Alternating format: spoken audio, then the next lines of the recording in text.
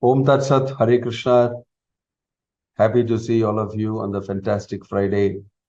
So, however, Krishna topic is always fantastic. Whether we started a little late or a little early, it is always fantastic. Krishna is, that is why, Adbhuta, wonderful. So, we shall take this opportunity in this most want to delve a little bit into Krishna consciousness because it is so auspicious and so beneficial for Krishna consciousness that we must do it anyway. Here we are reading, I think we have finished up to six beautiful shlokas. The shloka here, I'll maybe also read to you the Sanskrit shloka if it is available here for me, which I think is available. If you're going into the seventh shloka, I think all these shlokas are, you must remember, a description of the autumn season in Vrindavan. And Shukadeva Goswami goes into a wonderful explanation in the Bhagavata. In the Bhagavata, it says, text 7, Tapaha Krisha Deva Meedha Asid Varshiyasi Mahi Yathaiva Kamya Tapasas Tanu Samprapya Tatphalam. The earth has been emaciated by the summer heat, but she became fully nourished again when moistened by the god of rain. Thus the earth was like a person whose body has been emaciated by austerities undergone for a material purpose, but who again becomes fully nourished when he achieves the fruit of those austerities. We will read from here. Can I ask Devapati to read this? The small rivulets that almost dried up during the month of May and June now begin to overflow their banks, and their upstarts that suddenly overflow the limits of expenditure. One should learn gravity from sea and the rivulet. The sea is always within its limit, in spite of many rivers pouring water into it.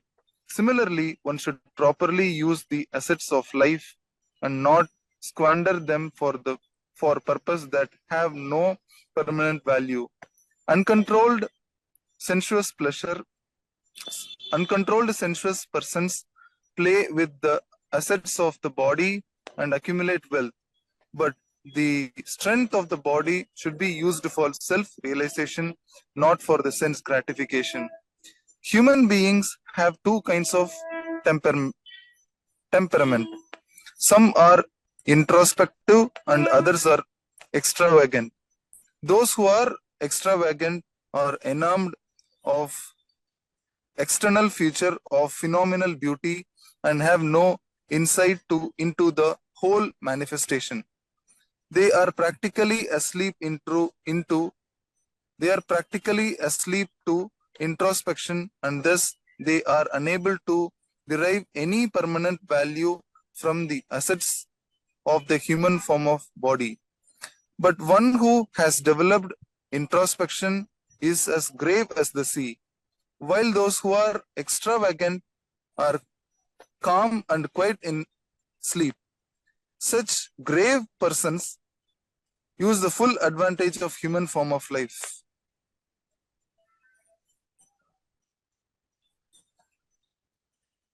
Okay. Maharaj, shall I continue? One more paragraph is there.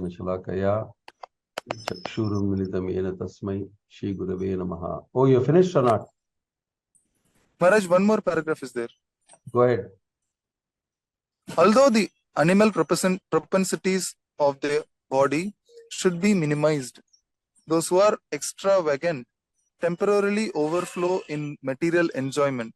Nonetheless, as soon as the rainy season of life is over, they become as dry as dry river beds. Life is meant for right cause, or sat, that which exists for all time. In the material world, nothing is sat or eternal, but the bad bargain of material world can be used for the best purpose. The mind dedicated to extravagance is a bad bargain, but one can make the best use of mind by introspection. Hare Krishna. Please scroll up to the front, to the top. Again, read the translation. The small rivulets that almost dried up during the months of May and June now begin to overflow their banks, like upstarts that suddenly overflow the limits of expenditure. Beautiful. So, Prabhupada is saying here in this, I'm not able to locate, I think I read the wrong verse from the Bhagavatam. If we can locate, Tilak, the verse from the Bhagavatam, appropriate to this. Yes, Just put it Maharaj. there. 10th one. I think it's the 10th sloka. With the advent of the rainy season, the insignificant streams which had become dry began to swell and then strayed from their proper courses, like the body, property, and money of a man controlled by the urges of his senses. So, the point here, so brilliantly expressed by Prabhupada, is that how a person utilizes his material assets in his spiritual development. We all have material asset. We come with a body, mind, intelligence, and we have talent. Accordingly, we have karma, and we have certain amount of material abilities. Basic abilities everybody has. How to use this tool to further your actual interest. What is my self-interest? Nati vidu swartha gatim hi Vishnu. Prahalad said, Swa artha. Artha means of value. Swartha means what is of value to me in life, right? So I should pursue what is of value to me in my life. And you should invest in that. Because the more I do that, the more I become valuable because I have that type of asset with me. So intelligent people will invest in something that brings them more investment inside. And they will double and triple their investment. So it's mentioned here, puffed up people who have too much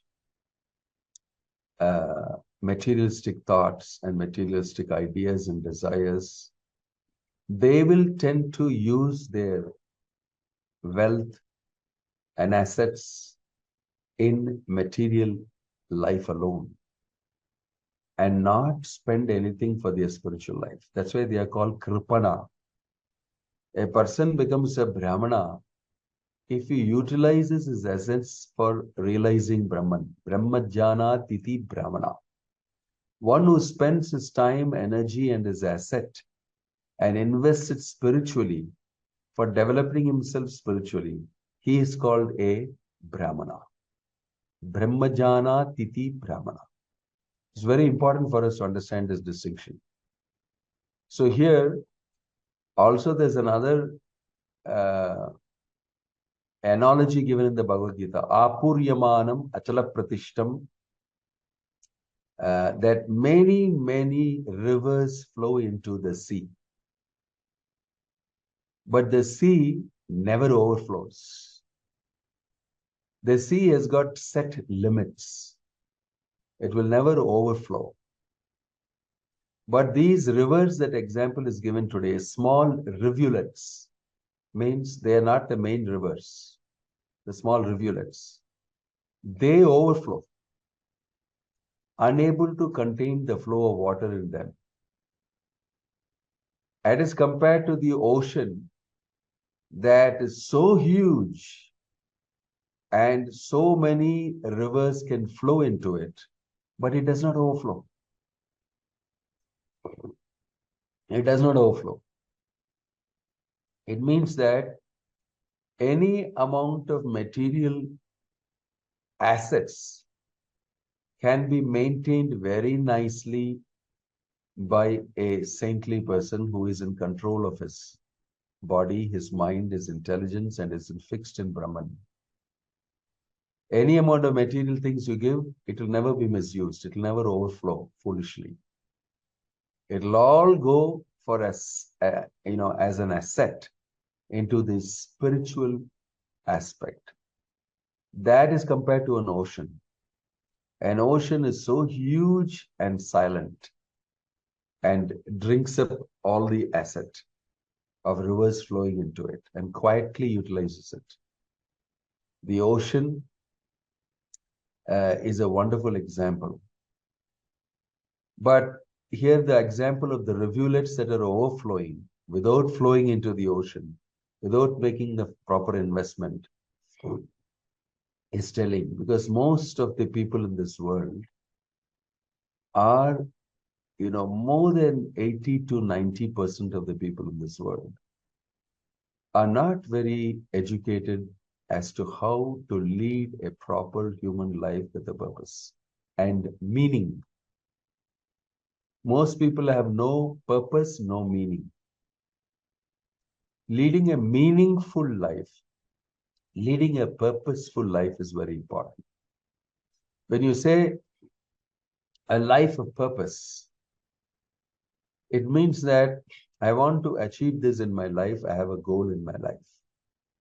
Nati vidu swartha gati. Gati means destination. Swartha gati means what is good for me, that is my destination. My self-interest, self-realization. This is the purpose of my life. Nate vidu swartha gatim hi Vishnu. The gati is Vishnu, Vishnu gati. Achieving the shelter of the lotus feet of the Supreme Lord. That is the real purpose. When a person doesn't understand this, he will invest in all temporary material things. And for doing that, he will make a big noise. He will actually, get name, fame, and he will do all sorts of things. And he will show off. But in the end, he will die. He'll dry up. He will die. But the investment made by a person who is a Brahmana, a magnanimous-hearted person, that's why he is not called a Kripana. A Kripana means a miser. A miser does not invest in anything spiritual. He doesn't understand long-term investment. A miser is investing in everything short-term, instant gratification, and he loses it. He loses his investment. He dies, his investment also dies. But a Brahmana is very intelligently investing in the permanent. Brahma Jana Titi Brahmana. Because he invests in Brahman, he is called Brahmana. And he is called a permanent investor, he's got a good investor. Because he invests in the permanent, he gets permanent dividend. And he gets permanent asset. That's why a Brahmana is broader intelligence, Vishala Buddhi. And it's not simply, you see what the way the people have understood. Today, if you say Brahmana, immediately people think all sorts of things. Especially in Tamil Nadu. They will think about Dravidian Brahmana and the Brahminical caste, and they have a whole history of this completely on the external reasons. Completely a basis on the external things. Of course, they were all foreign Brahmanas that they are talking about. People who lost fixation on Brahman.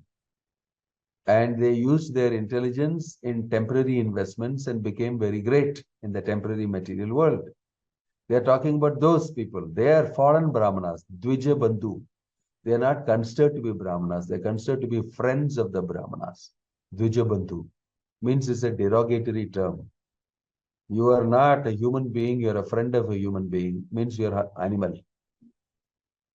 If I tell you're a human being, it means something. If I tell you are a dog, you are a friend of a human being as a dog, it means I'm not a human being. So when we say Dvija Bandhu, it means that you are a friend of a Dvija, a Brahmana, but not a Brahmana. It's an insulting word. So most of these Brahmins that these people are against are Dvija Bandhus. Very few, a small percentage of them are actually doing the Brahminical thing properly. So you're pointing at people who are not doing Brahminical activity, and you are saying the Brahmanas are bad, it is caste system, they exploit, they do that, they do this. That's not the quality of a Brahmana. Samo damas tapas saucham shanti rarjava mevacha jnanam vijnanam astikyam brahma karma swabhavacham. The qualities of a Brahmana fixed in Brahman is given by Krishna in Bhagavad Gita. Sama, damas, tapas, saucham is clean, is full of austerity, is self-controlled, right? He is equal to everybody. He is religious. He is simple, no duplicity. He is full of knowledge and realization. And these are all the qualities of a Brahmana. That's why you should not criticize simply without understanding. So nobody is against anybody. Even a Dravidian can become a Brahmana if he gets these qualities. That's the teaching that Prabhupada told us. Prabhupada wanted to make a society of Brahmanas all over the world. And I know of so many foreigners, so many people who are not Indians, who are so pakka in their Brahminical quality. They learn the Shastra, they worship the deity, they preach, they render service to Krishna, they do everything that a Brahmana is supposed to do, which in India maybe the great Brahmanas are not doing. Right? Such a person is called a Brahmana. Such a person is called a Vishala Buddhi. Such a person is making the correct investment. Right? So those people who call themselves Brahmanas, they are also puffed up and they are like these rivulets who are overflowing. They are also like this. They are not different. Simply caste Brahmanism, simply on the basis of the title of the family that you are born in, is no significance. Only people who have less knowledge will believe that. So, all these people who invest in the absolute truth and they pursue it and they work towards it, even though they make mistakes here and there, they are Brahmanas. They are devotees of the Lord. They will definitely become successful as time moves. But those who claim to be Brahmanas, those who invest in the temporary, they are not the real persons that I've spoken about. Okay. So Prabhupada has said that my desire is to create a society of Brahmanas. He said ISKCON is meant for that. So we are all getting trained to a high level of being a Brahmajana Titi Brahmana. If you chant Hare Krishna regularly, if you read the Bhāgavatam, the Bhagavad Gita, if you follow the regulative principles, if you worship the deity at home, and if your mind is fixed on Krishna consciousness, then definitely you are like the ocean. You are not like the small rivulets. You should immediately take that opportunity and that chance. Om Tat Sat. Hare Krishna. Jai Srila Prabhupada ki. Any question or comment anybody has? Yeah. Hare Krishna Prabhuji. Yeah. I am Ram Prasad from Vishakhapatnam. Chapandi.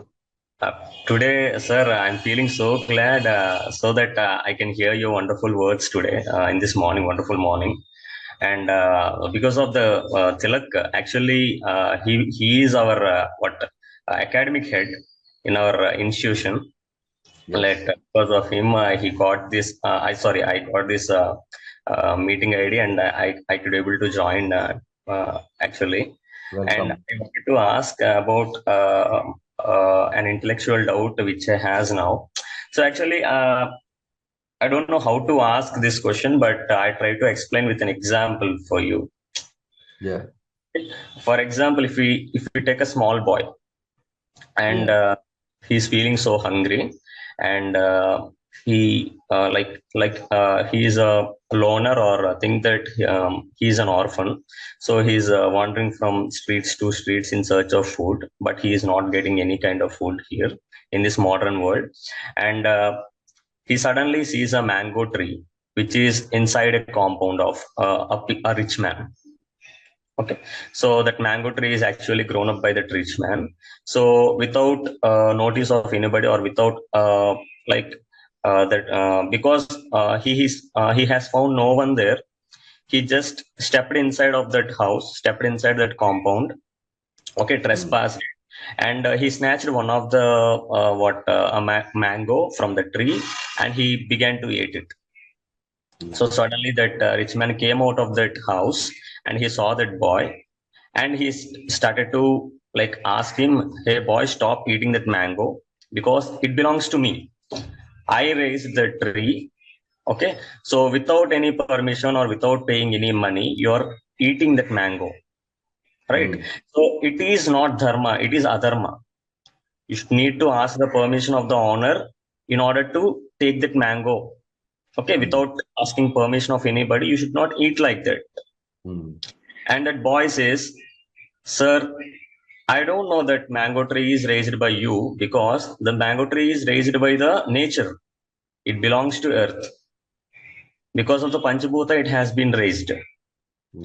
That mango tree does not belongs to you. You think that the mango tree is raised by you. So I belongs to this nature, and the nature gave me the permission to eat this mango. So I think that I can eat this mango without your permission." He says like that. So did he do dharma or adharma there, Prabhuji? You are asking a question connected with today's session, or you're asking? No, not related to today's session, but actually today's session regarding the control of the senses, control of the body, and how to like not think about the material possessions and think about only the spiritual development is today's session. So, but this doubt is related to the dharma related topic. So, like I don't want the clarification now itself, but I just wanted to express my doubt to you. That's it. Well, I'll give you a brief answer, because your question is an intense question about dharma, and it'll take a lot of time to explain. Yes, sir. Yes. But the simple point here is, what that boy says is true. But the type of economy we have today, and the type of systems that we have today, will make us think that that boy is wrong. If you go to the court, the judgment will be that the boy is wrong. But if you go to Vedic Shastra, there is no money and there is no possession of any person in terms of items like this. Food, education, all people never charged money for. People always gave it as charity. So really speaking, why? Because what that boy's logic is correct. Isavashyam idam sarvam yatkincha jagatyam jagat tena tyaktena bunjita magrida kasyasvidhanam. It's mentioned in the Isopanishad that all produce coming from the earth actually belongs to the Supreme Lord. And we are all allowed to take what we need and leave the balance remaining there. You can say that the food you cooked for your family is yours. Even that the Shastra says, before you eat your food, you must go outside your house as a grahastha, and you must loudly announce, anybody is hungry, please come. After you feed the hungry people, then only you must eat. That is the type of thing to do with food, right? So in terms of our dharma, as mentioned in the Vedic custom, you will see that what that boy said is correct only. Nothing wrong. You are supposed to be a grahastha. You are supposed to allow me to eat. I am hungry. I want to eat. And you should not say no. Actually, the right behavior would be that man should say, "Oh, you want a mango? You want 2 more mangoes? Take. Are you hungry? Come inside. You want to eat more food? That is the Vedic custom. It's not that they'll think, hey, how did you take? It was meant for me to sell and make money, and my daughter's wedding has to be conducted. Why did you come and eat it? I will punish you. I'll fine you. I'll go to the police. This is modern economy. You can see the big difference. Similarly, education also. Education is open to anybody. Some basic rules are there, that's all. Education was given free. Food was shared by everybody and everybody. You don't have to buy food anywhere, especially raw materials. Raw material of food like vegetables, fruits, grains, pulses, oil, ghee, milk, all that. Anybody can go to any place and say, can I get some milk? They'll immediately give you. You are giving me a chance to be charitable. You are a wonderful person. I want to do this charity. And they'll give you immediately. So that's a big topic. What is a Vedic culture and what is a modern economy, and how both of them are 180 degrees apart? Therefore, our country says that we are not religious, we are a secular republic, so that they can introduce these type of secular economics and everything without God factored inside.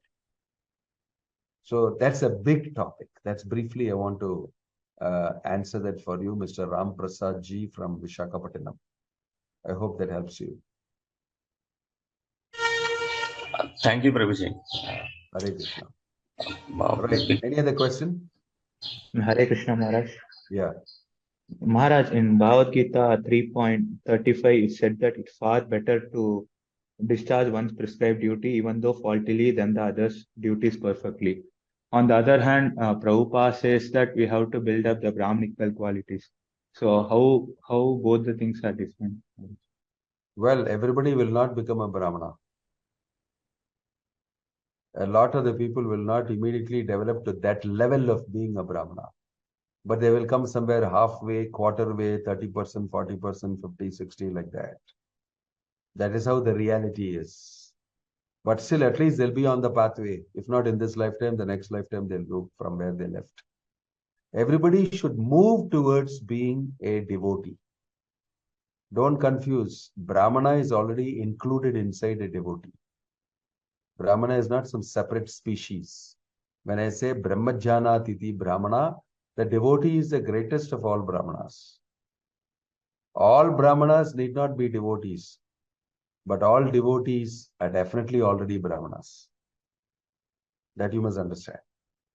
Right? So in Lord Chaitanya's spirit, it is easy to become a devotee.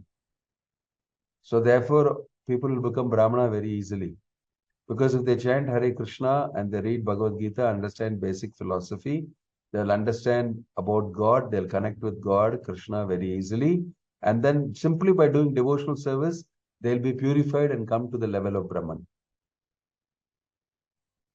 So it's easier to become a Brahmana by following Bhakti Yoga than by following Jnana Yoga. For Jnana Yoga, you have to be born in a Brahmin family. There it becomes difficult. And if you go by Guna Karma Vibhagasha, according to the gunas only somebody can be a Brahmana. So if you don't have, you're not born with too much of Sattvika Guna, there is no chance of you becoming Brahmana. But in devotional life, you, by chanting Hare Krishna, by becoming a devotee of Krishna, you will, by surrendering to Krishna, you will surpass this whole karma, guna and all that. And there'll be a shortcut to you becoming a devotee. What to speak of becoming a Brahmana? It's already covered inside. You must understand this process. Okay? So these both are not the same. Okay, thank you. Comment. Yeah. Just hoping it's relevant to add as an example to the first question by the Prabhu. So when Krishna and his friends were entering Talavan to hit the Tal fruit, so Dhenukasura came and said that this is Kamsa's place and you've come and trespass and then eating it, and then Krishna teaches a lesson. So is that example similar to what Maharaj was telling, right? So and Krishna says that it's belongs to Vrindavan fully, how can Kamsa take ownership of that tal fruits? Yeah, something like that. Exactly.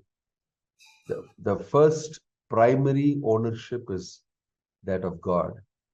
If you don't recognize the primary ownership, there is no locus standi for the secondary ownership.